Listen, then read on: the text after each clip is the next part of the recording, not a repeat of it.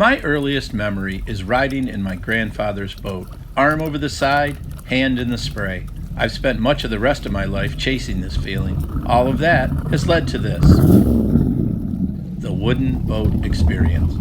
Here's a little taste of summer, reminding us why we work on boats in winter. Here's the Boatshed Site, July 18th, 2019. The boatshed was already done in my head, but I had a lot of prep work to do before it would become reality later that year. Stick around. Later in this video, we will see and hear about our upcoming subscriber giveaway and find out about some bonus videos available for everyone this weekend only on Patreon. I captured this video while captaining Teal, a 1989 28-foot triple cockpit Garwood. Life is a winding road, no telling where it goes.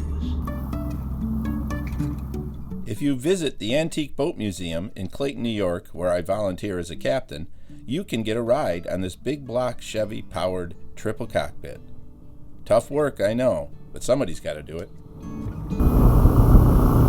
Check out their website at abm.org to find out more about the museum and their ride boats.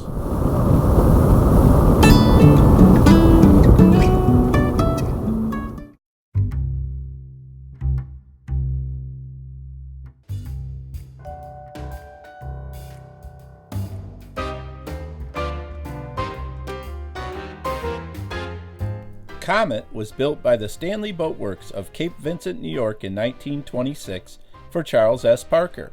He raced it on the St. Lawrence River, winning 8 trophies with it. It was later sold to Winford Fox, who renamed it the Fox. The Antique Boat Museum has created plans for this boat, which are available in the museum store.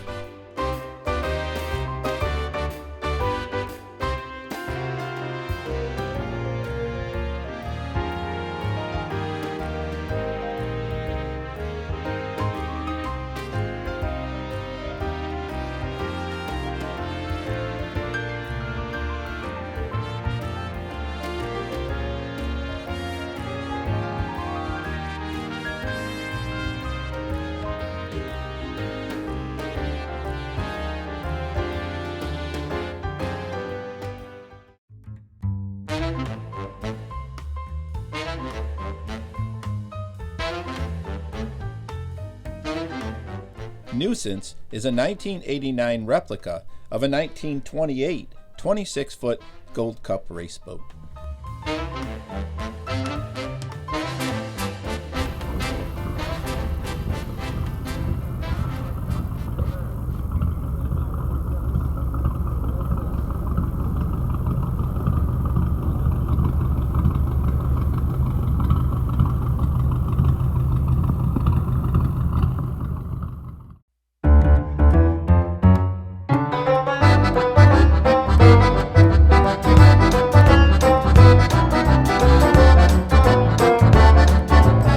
Had some more bank run gravel brought in to finish off the base of the shed.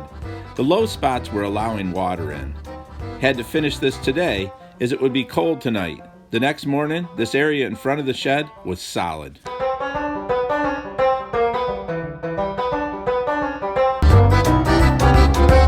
My nephew Nick and I began moving stuff in. These sets of drawers will be great for organizing the whole area. We hung a spare Lyman Islander windshield up and out of the way. Brought the motors in with the tractor before the boat was on stands. By the way, this 4-cylinder we're using is not an Iron Duke. More on that later. And finally, the boat comes off the trailer. So what I'm going to try and do is get the boat a little bit lower and level it out. It's a little too high in the back. It was pretty cold and getting dark when Nick and I did it the other day. If you'll notice here on the floor, we've got an awful lot of moisture on the floor still. And I think that's because of all the snow that fell when the cover wasn't on the building. So I'm hoping that this is going to start to dry out eventually.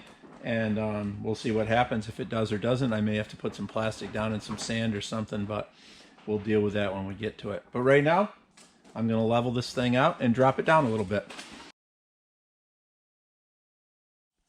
And then here, where the board splits, it's level.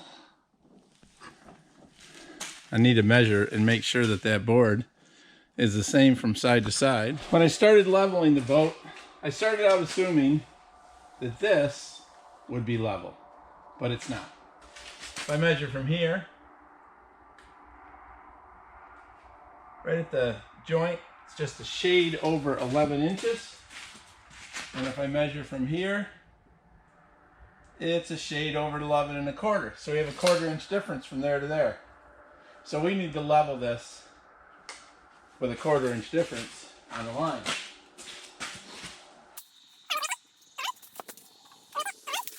It's not a huge difference, but I guess it is when you're leveling it.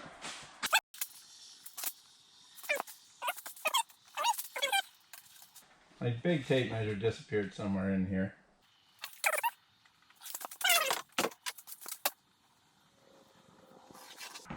Not too deep, we don't want to make a mark in the mahogany that we can't easily get out later. So now if we check it, we need to go up on the right.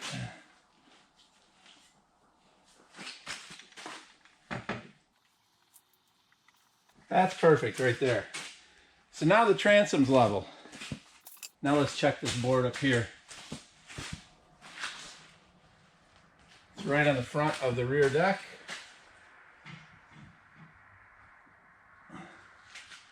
Now it's saying that that side is high. So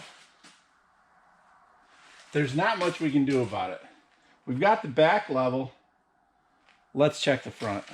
So there's that. It's in the same place, way off. You can see that this side is way too high. That would need to be there. Probably 5/8 of an inch to level that out. So I guess I'm to assume the boat has a slight twist to it. I don't think it's anything we're going to fix. I think we keep the transom level, we work from there, and when we see what happens to this thing while it's sitting here with one point in the front, the 2 points in the back, and in the middle, not pushing up on it, just holding it from tilting, and see if it kind of settles into a more level shape. And if it doesn't, it's a lot harder to see that the front is not level than it is to see the back is not level in the water. So if we check it here, level's not terrible. Okay, that's it for the update, except to say I will finally have more time to work on the boat now, as the studio is slowing down. Let's talk about the giveaway. I created this sketch, and now we'll see how the sketch becomes a finished piece of glass. This project began with a leftover piece of mahogany out of a fin keel from an old lineman. Very small.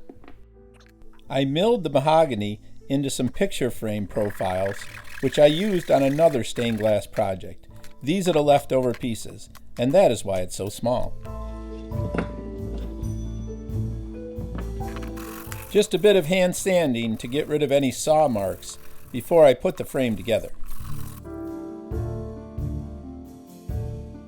I cut a piece of glass to fit, then I drew on the design using a quill pen and some special ink, fired it in the kiln, and then I did this process called matting. After I got done matting, it went back in the kiln again. You can see the whole matting process on Patreon. And here's the final product, about 3 inches high and 8 inches long. That's great, Scott, but how do I win it, you ask?